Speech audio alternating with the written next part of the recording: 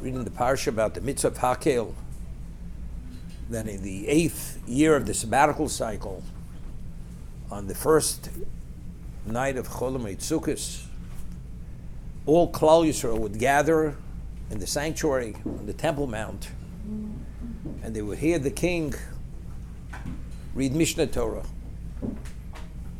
They would build a special platform. He would sit on this platform, and he would read Mishnah Torah for Klal Yisrael. And who would come? The men, the women, and the children. Even the small children would come.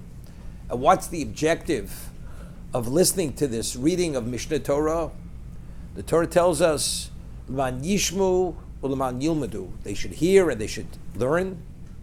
V'yoru es Hashem Elokeichem, and they will fear Hashem. V'shamru lasus is called divrei Torah zos. And as a result of that fear, they will come to observe and to actualize all the words of the Torah. Uvnei asher lo yodu yishvu v'lomdu, and the ones who didn't know initially, because initially they were young, yishvu v'lomdu, they will hear and learn. Liyiras Hashem Elokeichem. Again, also, what is the objective? The objective of listening to this reading is Liyiras Hashem Elokeichem. Now, it's interesting. What preceded Hakel? What preceded Hakel? We have Rosh Hashanah, we have Yom Kippur, we have the first days of Sukkot. The most awesome, fearful, solemn days of the year is Rosh Hashanah, Yom Kippur, Aser Shemei Tshuva. You'd think that maybe before you come to the sanctuary, to the Temple Mount, at such a gathering, assembly of all Jews, normally a woman is exempt from mitzvah saseh shman groma, a time-oriented mitzvah. This is one of the exceptions. Hakel, a woman's obligated to come to Hakel. This is one of the exceptions. That's how important it is. To learn, to hear, Liyiras Hashem Elokecha. So to be able to have the capacity, normally the Gemara tells us when you walked into the sanctuary, you immediately had a sense of Hashem's presence to the point that rabbinic fences have no application in the Beis HaMikdash. Because we say, Ein Shvus B'Mikdash. Rabbinic fences are not applicable. There's certain, yes, but many of them are not applicable in the Beis HaMikdash. Why? Because the reason why you need a fence is because a human being doesn't always have full cognizance. But when you stood in the Beis HaMikdash, you had a sense of Hashem's presence, and it was not possible to be distracted. So you always had that focus. Fences weren't necessary. Therefore, Ein Shvus B'Mikdash. So you would think that the reading is to what? Is Liyiras Hashem Elokeichem.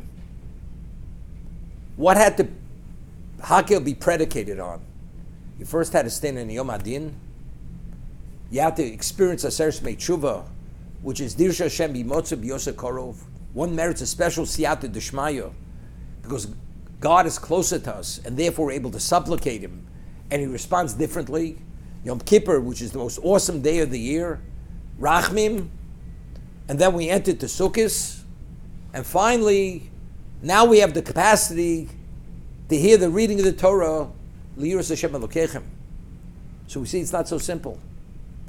Being exposed to something without some degree of orientation in advance to prepare us for that moment, we don't have the capacity to absorb and have full benefit of whatever that experience is. Because here we see. And what about the Shemitah year? Before Rosh Hashanah, we had a Shemitah year. What does one do during the sabbatical year?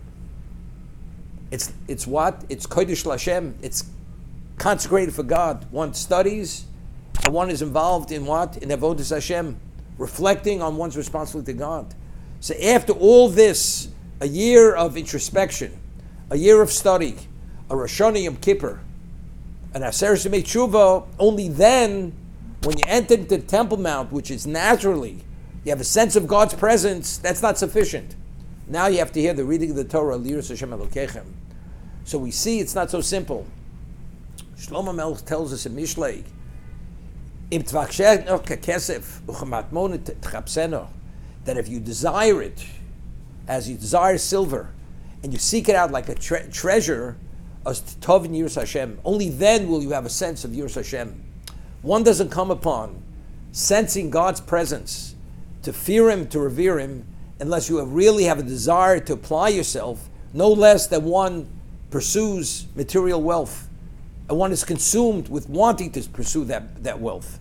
So here we see, to have the capacity, Yiras Hashem Elokechem, what level of preparation do you need? Now we're in the Aseret Tshuva, coming before Yom Kippur, which is the ultimate, which is the objective of everything, because we're all signed and sealed after the Nila. We say v'chosmeinu, definitely we need that reflection, introspection, to have the capacity to appreciate and maximize on that day.